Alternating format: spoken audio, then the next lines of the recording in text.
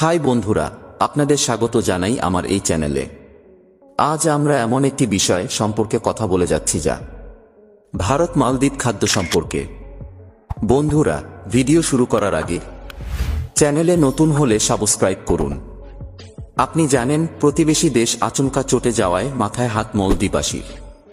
তাদের দ্বীপরাষ্ট্রের মূল রোজগারের উৎস পর্যটন শিল্প এবার মুখ থুবড়ে পড়তে পারে। প্রধানমন্ত্রী নরেন্দ্র মোদীকে নিয়ে 3 মন্ত্রীর কুমন্তব্য। তার জেরে ভারত এবং মালদ্বীপের সম্পর্কের অবনতি হয়েছে। বিষয়টিকে মালদ্বীপের নতুন সরকার খুব একটা আমল দিতে না চাইলেও সাধারণ মানুষ কিন্তু উদ্বিগ্ন। প্রতিবেশী আচমকা চটে যাওয়ায় মাথায় হাত মালদ্বীপবাসীর।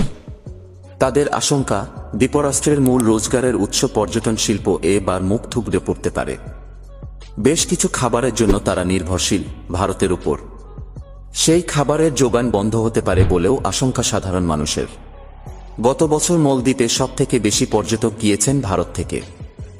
সে দেশের অর্থনীতিকে সচল রাখতে সবথেকে বেশি অবদান ভারতীয়দেরই। এহেন ভারতের প্রধানমন্ত্রীর লক্ষদ্বীপকে নিয়ে একটি পোস্ট দেখে কুমন্তব্য করেন মালদ্বীপের 3 মন্ত্রী। সমাজমাধ্যমে মোদীকে জোকার, ইসরায়েলের হাতের পুতুল বলে উল্লেখ করেন।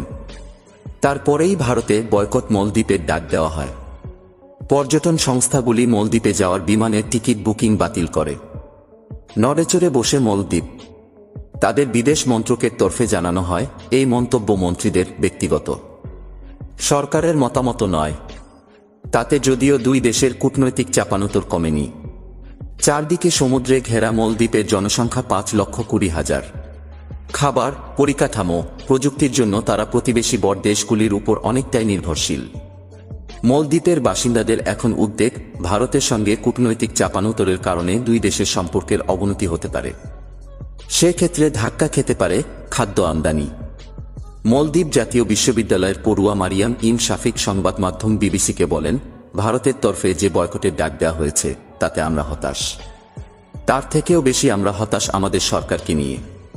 প্রশাসনের তরফে সুবিচারের অভাব রয়েছে। শাফিক মালদ্বীপ ডেমোক্র্যাটিক পার্টির সদস্য, যা ভারত বন্ধু বলে পরিচিত। তিনি এও জানিয়েছেন, খাবার, শিক্ষা, স্বাস্থ্য পরিকাঠামোর জন্য ভারতের উপর নির্ভরশীল মালদ্বীপ।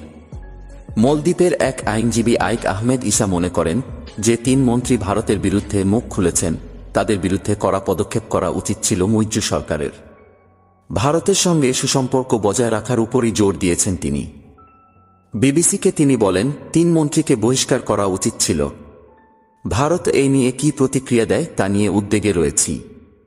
খাবারের জন্য আমরা ভারতের উপর নির্ভর করি অনেকটাই। নভেম্বরে মালদ্বীপে ক্ষমতায় আসে মুইজ্জু সরকার। চীন ঘনিষ্ঠ বলেই পরিচিত মুইজ্জু। দিন কয়েক আগে চীনে গিয়েছিলেন মুইজ্জু। সেখানে গিয়ে তিনি চীন থেকে আরও বেশি করে পর্যটক পাঠানোর আর্জি জানান। অতিমারি শুরুর আগে চীন থেকে প্রচুর পর্যটক মালদ্বীপে আসতেন। কোভিডের কারণে সেই সংখ্যাটা কমে যায়।